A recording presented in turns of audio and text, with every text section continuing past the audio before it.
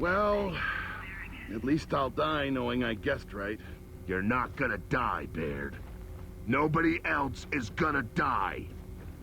Has your dad tested this bomb thing, Marcus? Can we kill this goddamn noise? Okay, Faith. Yeah, got it.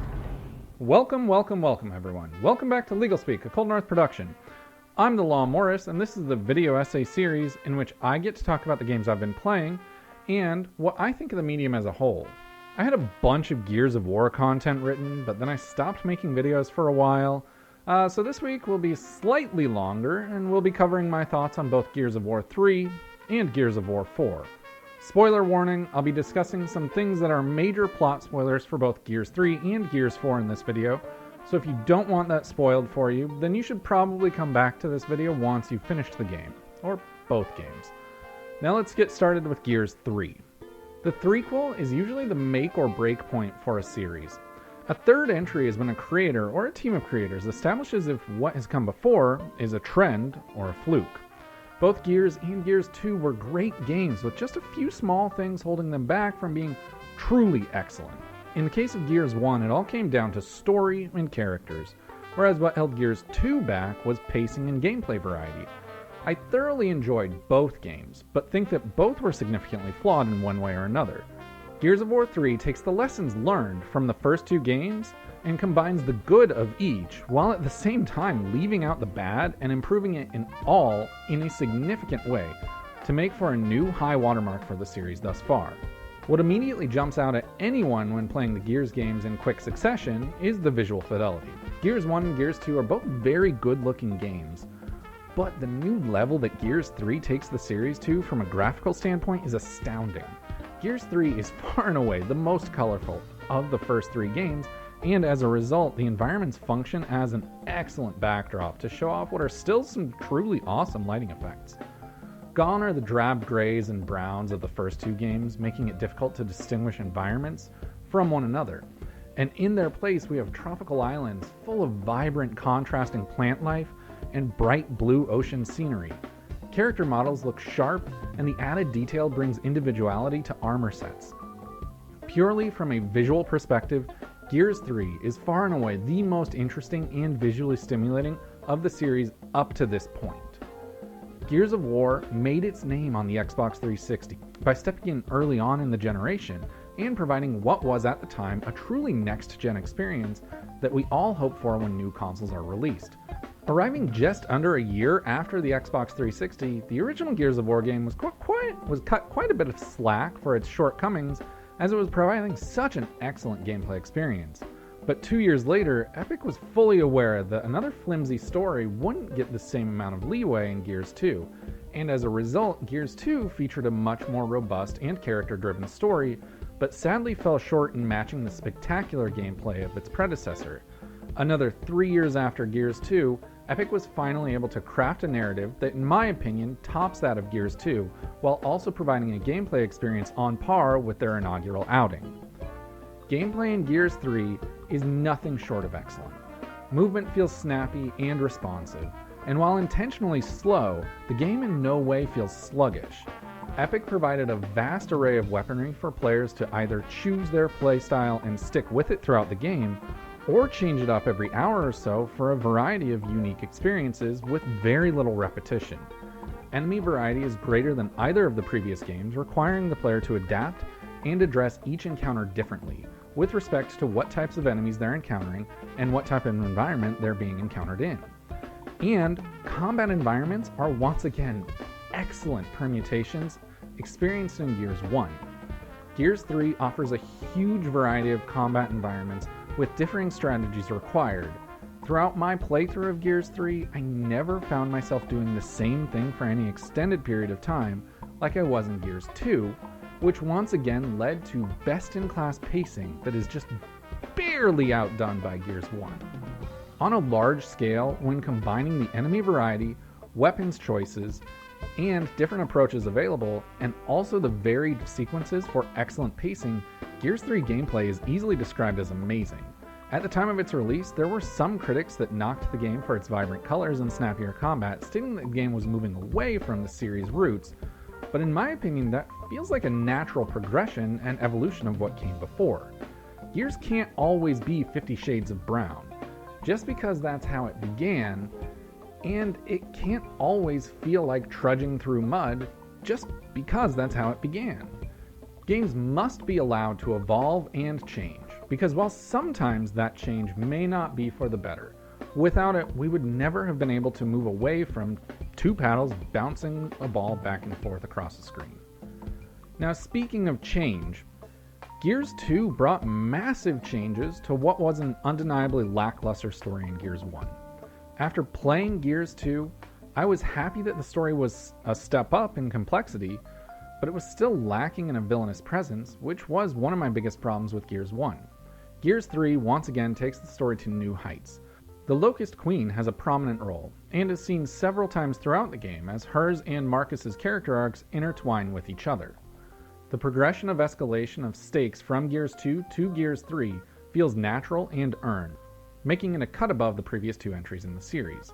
Each character has their own motivations and personality, making them all feel distinctly human, which is one of the biggest success stories of the 7th generation of consoles.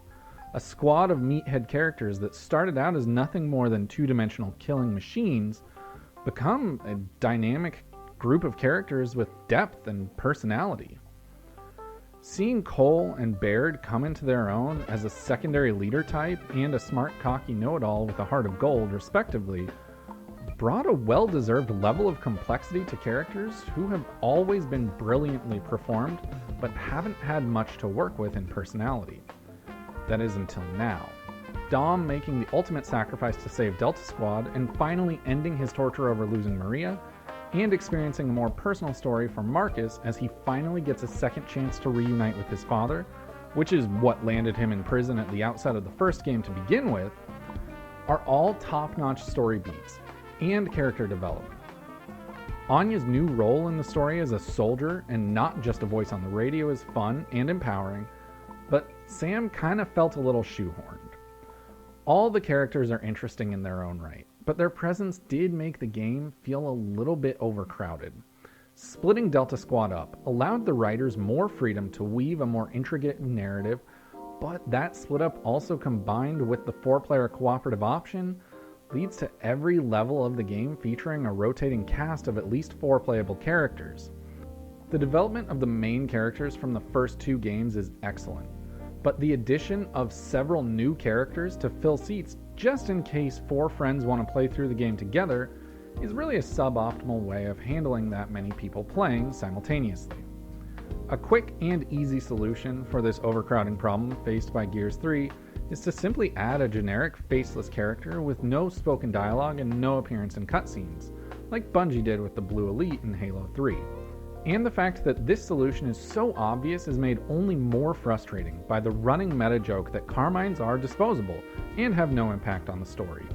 I would have preferred it if Gears 3 had introduced Anya to permanently take Dom's place after his death, and all other character slots needed in sections where Delta is separated be filled with Carmines. This would have given the writers more time to focus and hone in on those 5 characters, and the players more time to spend with the main cast of characters throughout what was assumed to be their last outing. On the whole, Gears 3 is the best of the first 3 Gears games. The game almost reaches the nearly perfect level of pacing established in Gears 1 and elevates the story on both the global and personal scale while following up Gears 2. Characters are given truly satisfying conclusions to their arcs and allowed to ride off together into the sunset. Epic was a first responder on the scene of the new generation of consoles, and was able to maintain an absolutely stellar record with an ever so slight dip in quality in the middle of their original trilogy. But after a quick recovery, they were able to combine the lessons learned from the first 2 games and absolutely stick the landing in what is my most enjoyed Gears game to date. Franchise fatigue, however, is a real thing and a growing epidemic in not only Hollywood, but also video games. Creation of a new IP is inherently a monumentally riskier venture than building on an existing one with an existing audience. Because the risk is almost never worth the potential reward, we end up seeing sequel after sequel, and most of us eat that shit up because it's more of what we like. But eventually, Even the most dedicated audience gets sick of the same thing every year and longs for something new. Gears of War 4 is a game that threads the needle perfectly between honoring the past and establishing a future. It takes the challenging task of justifying the resurrection of a completed story and treats its audience to a thrilling first chapter of a sequel trilogy I thought I wasn't going to want, but now I can't wait for more of. Gears of War was wrapped up nicely and had a neat little bow on it at the end of Gears 3. Sure, there was Gears of War Judgment 2 years later, but that was a prequel, so it didn't have to deal with the enormous task of rolling the series out of the garage to see if it could rev its engine and go around for a few more laps. What Gears 4 accomplishes is that highly sought after bridge between generations of characters and stories. And ultimately, in this new chapter of Gears games, now more than ever, it is the characters that are driving the narrative. At the outset of the game, the audience is introduced to 3 new main characters, JD, Del, and Kate. Quick side note, the fact that these 3 spend almost the entire game together, but it's only 2-player co-op, is just beyond dumb. Initially, the characters feel a bit generic and almost plastic. JD is the stereotypical good guy, Del is the wisecracking best friend, and Kate plays the role of the slightly edgier girlfriend with an obvious emotional depth about her. In the opening hours of the game, it almost feels like playing some really strange robot fighting version of the teen drama series The OC. But as soon as Marcus shows up, the game goes from weird OC vibes to something more akin to Star Trek The Next Generation. They're still new characters with unique personalities who are thankfully not a rip-off of the old guard, but undeniably Gears. After spending the first couple hours of the game in fear that the over-the-top machismo of the original Gears trilogy had been replaced with what a writer's room may think of are more realistic yet significantly more boring characters, Marcus showed up. Starting at the moment that the audience sees an old, worn-out Marcus Phoenix sitting alone in a room waiting for us all, the game begins a constant crescendo, leading to what is arguably the most memorable Gears finale to date. Marcus's addition to the story brings incredible depth to all the characters. JD turns from an overwhelmingly vanilla default create a character to a man who has obviously been trying to make his own path in the world despite and sometimes in spite of his overbearing father's guidance. Del is a friend of JD's who had always been by his side and is torn between JD's perspective and his not thinking Marcus is that bad because of Marcus having never been as hard on Del as he has been on his own son. And Marcus's presence gives Kate someone to push against, to demonstrate just how determined she is in her mission to rescue her mother. Marcus started the first game as a shallow meathead with almost no character beyond a killing machine, and now he's the catalyst to draw out everything that makes this new cast of characters unique and interesting. While Marcus will inevitably die in either Gears 5 or Gears 6, he was able to give these new characters the jumpstart they needed to carry their own trilogy moving forward. Pressure for escalation is something that has come to plague storytelling in recent years, but particularly since the inception of social media. Social media has given everyone the ability to share their every thought with the entire world, which isn't inherently a bad thing, but as this habit has developed, there is the increasing pressure on everyone to hold extreme opinions. People are always looking for whatever they consume to be the best one ever, or the worst one ever, because hyperbolic opinions drive clicks. As a result of this, storytellers are always trying to up the ante and top whatever it was that they did last time, even if that means sacrificing an artistic vision. Gears 3 ended with Delta Squad saving the world and wiping out the Locust in one fell swoop.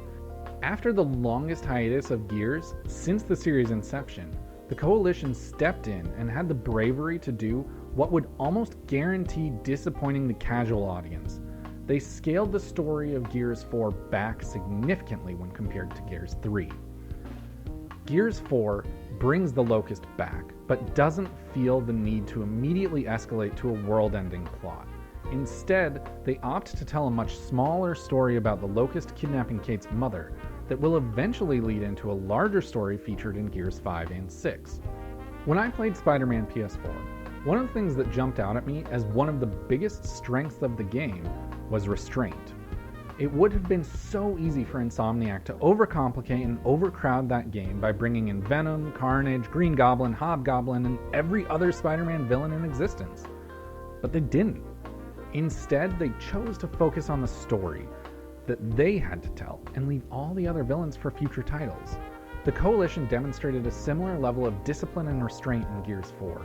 Instead of rushing through establishing Kate's lineage as the Locust Queens, to tell the next chapter of the story that would presumably involve some sort of confrontation with the Locust and the anointing of Kate as the Chosen One type character, the Coalition chose to let that story breathe.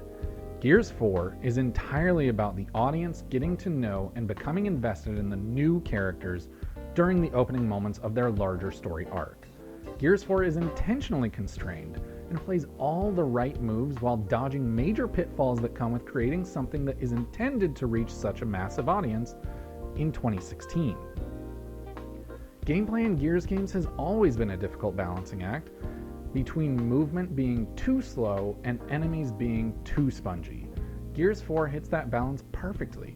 Movement and gunplay is snappy and it's responsive, just like Gears 3, but remains deliberately slow so as to not make the player too powerful. Enemy variety is large, and aside from the robot enemies, all very satisfying to fight. The older weapons included in the game handle in a manner similar to riding a bike, familiar and faithful. But unfortunately, the newer weapons were hampered by either a lack of power, over-complexity, or a strikingly limited ammo capacity.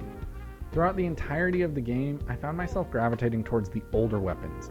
Even when I did enjoy a newer weapon, it was stymied by either an extremely contextual use case or simply being constantly out of ammo.